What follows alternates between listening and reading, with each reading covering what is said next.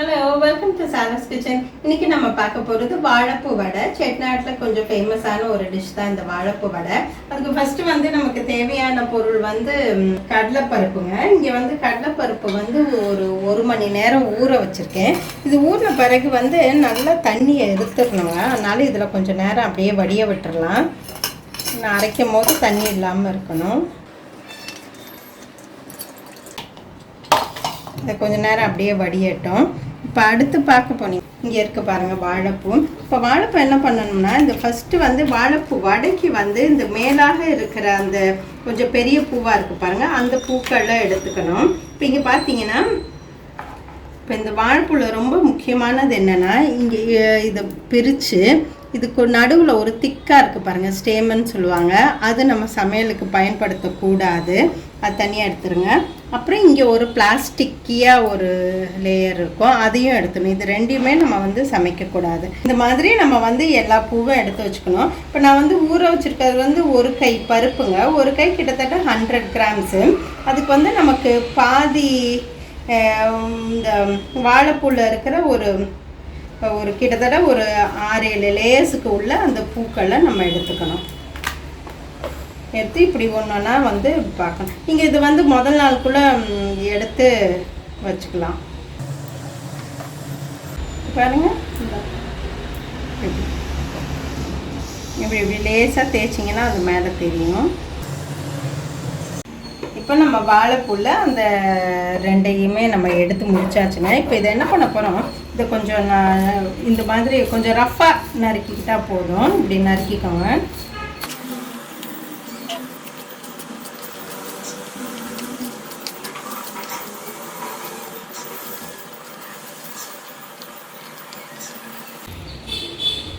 இப்போ இங்கே என்ன பண்ண போகிறோம்னா, அடுத்து இங்கே தண்ணி கொதிக்குதுங்க. இப்போ தண்ணி கொதிச்ச உடனே அடுப்பை ஆஃப் பண்ணிடுங்க. பண்ணிவிட்டு இந்த பூவை, இந்த நறுக்கின இந்த பூவை அதில் போட்டுருங்க.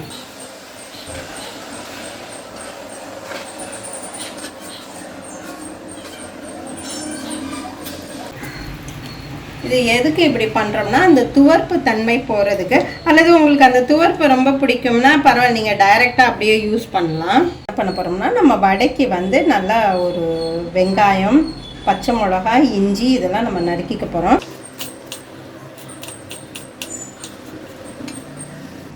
இஞ்சி நம்ம மிக்சியில் அரைச்சிக்கலாங்க. ஆனால் சும்மா ரஃப்பாக இப்படி நறுக்கி போட்டுக்கலாம்.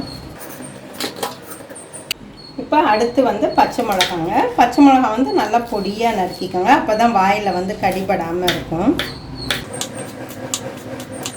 பச்சை மிளகாய் இன்னும் நைஸாக நறுக்கணும்னா அதுக்கு என்ன பண்ணலாம், நீங்கள் ஒரு பச்சை மிளகாய் தூக்கி ஃப்ரீசரில் போட்டுருங்க. ஃப்ரீசரில் போட்டிங்கன்னா அது நல்லா ஹார்ட் ஆகிடும். ஹார்ட் ஆகும்போது அது ரொம்பவே நைஸாக சூப்பராக நறுக்க வரும். பச்சை மிளகா.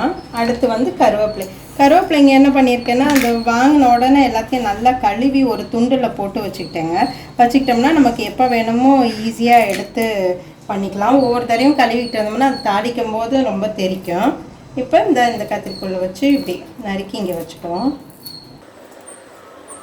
வடைக்கெலாம் இந்த எக்ஸ்ட்ரா இன்க்ரீடியன்ஸ்லாம் கொஞ்சம் நல்லா தாராளமாக போட்டிங்கன்னா தாங்க நல்லா மணமாக இருக்கும்.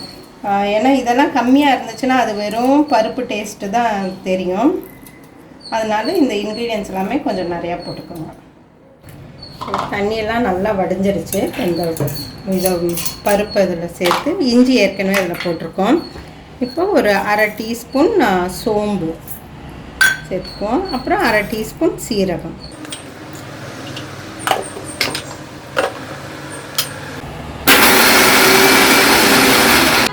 இப்போ என்ன பண்ணியிருக்கோன்னா, இந்த பருப்பை இந்த மாதிரி அரைச்சிக்கோங்க. ரொம்ப நைஸாகவும் இருக்கக்கூடாது, ரொம்ப கொரன்னு இருக்கக்கூடாது. ரொம்ப கொரன்னு இருந்தால் வடை தட்டை வராது, நைஸாக இருந்தால் கிறிஸ்பியாக வராது. அதனால இந்த மாதிரி ஒரு கோர்ஸாக அரைச்சிக்கோங்க. அங்கங்கே பருப்பு தென்பட்டால் பரவாயில்ல, அது இன்னுமே டேஸ்ட்டாக தான் இருக்கும். இப்போ அடுத்து என்ன பண்ண போகிறோம்னா, இங்கே இந்த வாழைப்பூவை கொதிக்கிற தண்ணியில் போட்டு ஊற வச்சுருக்கோம்ல, அதை இப்போ எடுத்து வடிகட்டிட போகிறோம்.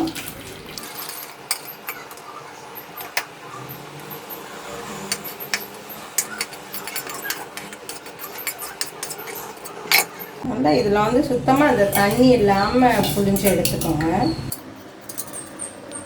ரொம்ப முக்கியங்க, தண்ணியே இருக்கக்கூடாது.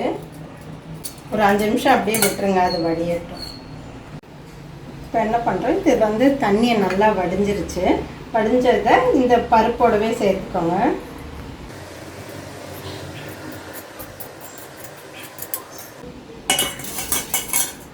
இப்போ இதுக்கு வந்து தேவையான அளவு உப்பு, அப்புறம் அதோட கொஞ்சம் பெருங்காயத்தூள்.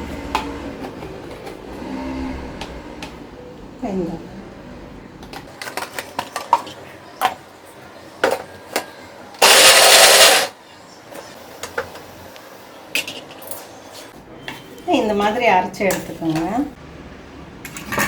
அடுத்து நம்ம நறுக்கி வச்சுருக்க இந்த இன்க்ரீடியன்ஸ், பச்சை மிளகா, வெங்காயம், கருவேப்பிலை.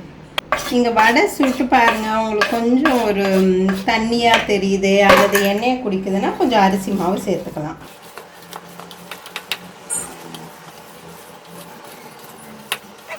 இப்போ இங்கே வந்து எண்ணெய் சூடாகிட்டு இருக்குங்க. நம்ம முதல்ல இதுக்கு வந்து முதல்ல உருண்டையாக உருட்டிக்கணும். மாவை உருட்டிக்கிட்டு நல்லா இந்த பாருங்கள் இப்படி உருட்டிக்கோங்க.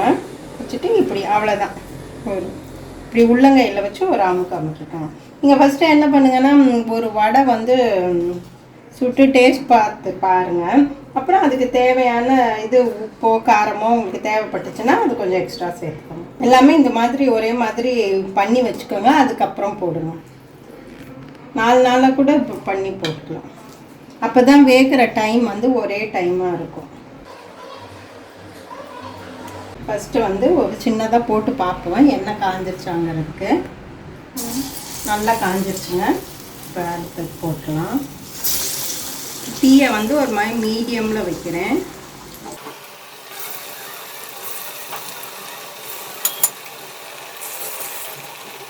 எண்ணெயில் போட்ட உடனே திருப்பக்கூடாதுங்க. ஒரு நிமிஷமாவது வேகணும். உடனே திருப்பினீங்கன்னா எல்லாம் உடஞ்சி எண்ணெய்க்குள்ளேயே உதிர்ந்துடும்.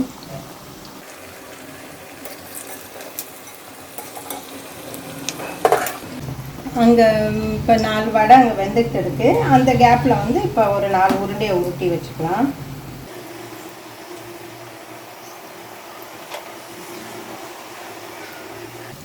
இப்போ 1 நிமிஷம் ஆயிடுச்சுங்க. இப்போ இந்த வடையெல்லாம் திருப்பி போடலாம். இந்த ஃபஸ்ட்டு போட்டது ஆக்சுவலாக வெந்துருச்சுங்க. என்ன பண்ணுங்கன்னா, நீங்கள் இந்த கரண்டியை வந்து இதிலே வச்சிங்கன்னா கரண்டி வந்து சூடாகிடும். அதனால் கரண்டி எடுத்து இந்த மாதிரி ஒரு தாளிக்கிறது இதுக்குள்ளே போட்டு வச்சிங்கன்னா அதில் எண்ணெய் வடியும். அதுக்கப்புறம் நீங்கள் இந்த கரண்டியை வந்து யூஸ் பண்ணிக்கலாம், கரண்டியில் இருக்க எண்ணெயை.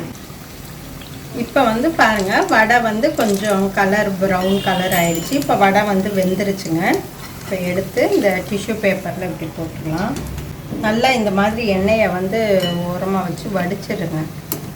ஆனால் எல்லாமே நல்லா கெட்டியாக இருந்துச்சுன்னா கண்டிப்பாக எண்ணெயை குடிக்காதுங்க. அதனால் ரொம்ப முக்கியமாக பருப்பை வந்து அரைக்கும் போது தண்ணி இல்லாமல் அரைங்க. அப்புறம் அந்த வாழைப்பூலையும் நல்லா புழிஞ்சு எடுத்துக்கோங்க. இப்போ நல்லா இப்படி ஒரு ஃபியூ செகண்ட்ஸ் கொடுங்க. கொஞ்சம் பொறுமையாக தான் நம்ம இந்த எண்ணெய் பலகாரங்கள்லாம் பண்ணோம். இப்படி இதை வச்சுட்டு இந்த கரண்டியை இதில் வச்சுருங்க. இப்போ அடுத்த செட்டு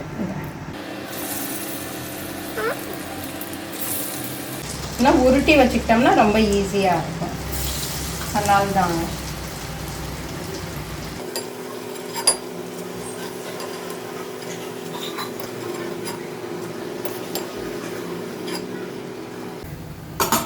இப்போ நம்மளோட வாழைப்பூ வடை வந்து ரெடி ஆயிடுச்சுங்க.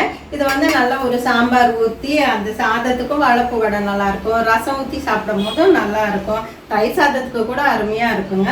அல்லது ஈவினிங் டிஃபனாக கூட சாப்பிட்டுக்கலாம். ஸோ இது வந்து ரொம்ப டேஸ்ட்டாகவும் இருக்கும். கொஞ்சம் வேலை அதிகம். பட் முதல் நாளே நீங்கள் வந்து அந்த வாழைப்பூ எல்லாத்தையும் ஆஞ்சு வச்சுட்டிங்கன்னா, நறுக்கி வச்சுட்டிங்கன்னா கூட நல்லாயிருக்கும். நறுக்கி டப்பர்வேர் டப்பாவில் போட்டு வச்சுட்டிங்கன்னா இன்னுமே ஈஸியாக இருக்கும் காலையில் எழுந்திரிச்சு பண்ணுறதுக்கு.